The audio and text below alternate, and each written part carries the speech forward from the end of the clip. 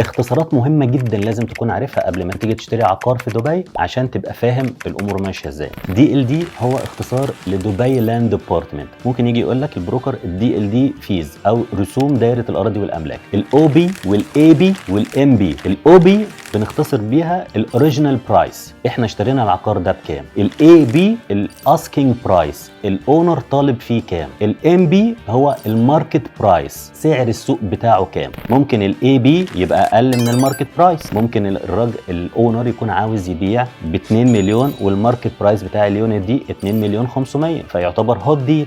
الاي سي دي هو الانتسيبيتد كومبليشن ديت او تاريخ الانجاز المتوقع. بي بي هو البيمنت بلان. بي اتش بي بي هو بوست هاند اوفر بيمنت بلان. في عقارات بيكون عليها بوست هاند اوفر بيمنت بلان وفي عقارات ما بيكونش عليها بوست هاند اوفر بيمنت بلان. لو لقيت كلمه بي اتش بي بي بي وجنبها تاريخ او رقم اعرف ان ده البوست هاند اوفر بيمنت بلان. الار او اي والار او اي. الار او اي هو الريتيرن اون انفستمنت والار او اي هي الريتيرن ان ايكويتي. الفرق ما بينهم الار او اي ده معناه عائد الاستثمار اللي جاي على توتال ثمن العقار. لو ثمن العقار توتال ثمنه 2 مليون درهم وانت مأجره في السنه ب 200,000 يبقى الار او اي بتاعك 200,000 من ال 2 مليون، يعني انت بتعمل 10% من ال 2 مليون. الار او اي لما بنكون واخدين عقار ثمنه 2 مليون واحنا دافعين بس مليون لحد دلوقتي واستلمنا العقار وبنأجره والعائد اللي بيجي لنا ده بيجي على المليون درهم بس، فده اسمه الار او اي او الريتيرن اون ايكويتي،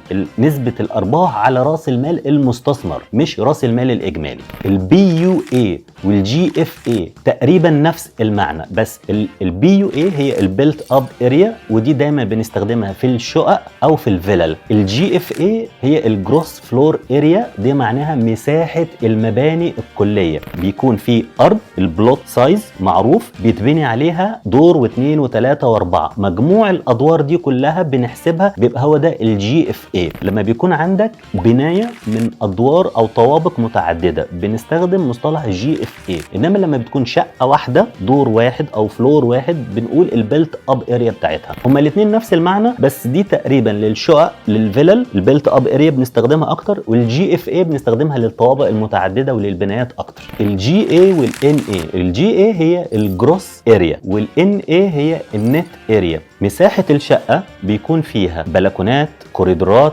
كل المساحة الإجمالية بالبلكونات بالكوريدور بيحسب لك نسبتك في اللوبي، نسبة التحميل عموما اللي بتبقى على الشقة بتاعتك بتبقى حوالي من 10% ل 15%، ما بتزيدش عن كده. ال NA هي النت اريا، كل المساحة اللي رجلك تقدر تدوس عليها وتخطي عليها او بنسميها احنا الكاربت اريا. اي مساحة داخل الشقة تقدر تفرشها دي اسمها النت اريا بتاعتك، بتبقى مكتوبة في العقد على فكرة النت اريا والجروس اريا. عندنا بقى بنيجي ننتقل للجزء المهم بتاع العقود واحنا بنشتري او بنبيع. فورم A ده بيتعمل دايما للمالك اللي بيبيع العقار، لان المالك بيجي قبل المشتري.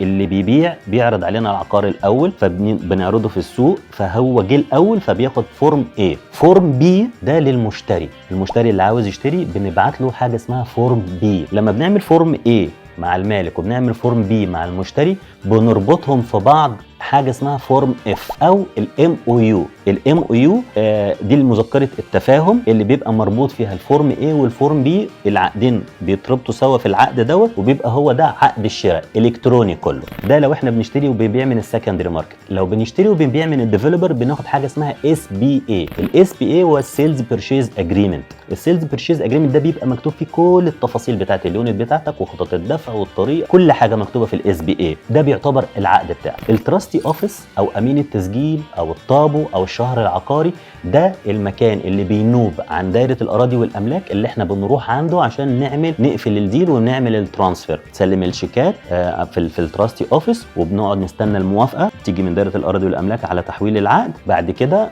المشتري بياخد العقد الجديد والبائع بيحصل الشيكات بتاعته. بنيجي بعد كده بنستلم حاجتين، يا اما عقودي وبعدها تايتل ديد. عقودي لو بنشتري عقار من الديفلوبر او حاجه تحت الانشاء بنستلم من دايره الاراضي والاملاك، اول خطوه بتبقى عقودي، ده حاجه قبل التايتل ديد. دي ما وصلتش انها تكون تايتل ديد، لو دفعت فلوسها بالكامل وحصلت الشقه بتبقى حاجه اسمها تايتل ديد. التايتل ديد للعقارات الجاهزه اللي مش عليها اي خطط دفع بعد الاستلام، بتحصل انت التايتل ديد. اذا محتاج اي مساعده وانت بتستلم العقار بتاعك ما تترددش انك تتصل بينا او تبعت لنا على الواتساب او حتى اكتب في الكومنتات واحنا هنتواصل معاك. شكرا، مع السلامه.